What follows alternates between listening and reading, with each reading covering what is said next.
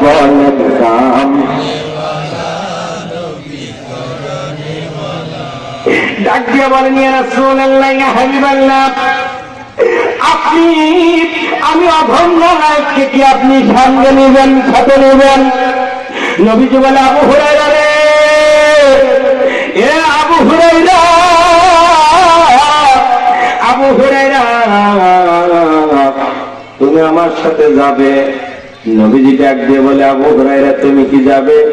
হযরত আবু হুরায়রা রাদিয়াল্লাহু আনহু ডেকে বলেন ইয়া রাসূলুল্লাহ ইয়া হাবিবাল্লাহ আপনার চেহারা দেখার সাথে সাথে আমার ক্ষুধার যন্ত্রণা দূর হয়ে যায়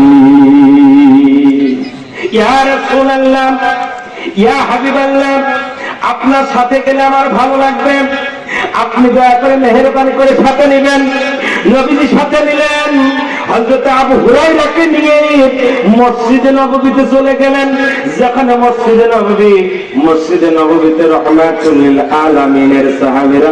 আহলে সুফফা আছেন আহলে সুফফা যারা কারা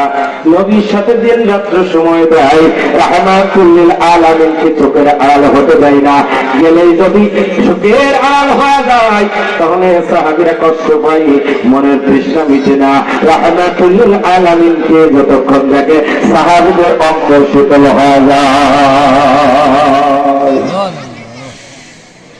নবীজি ডাকতে বলে আবু হুরায়রা লব্বাইক ইয়া রাসূলুল্লাহ ইয়া হাবিবাল্লাহ নবীজি ডাকতে বলে ও আবু হুরায়রা মসজিদের দরজায় একজন মহিলা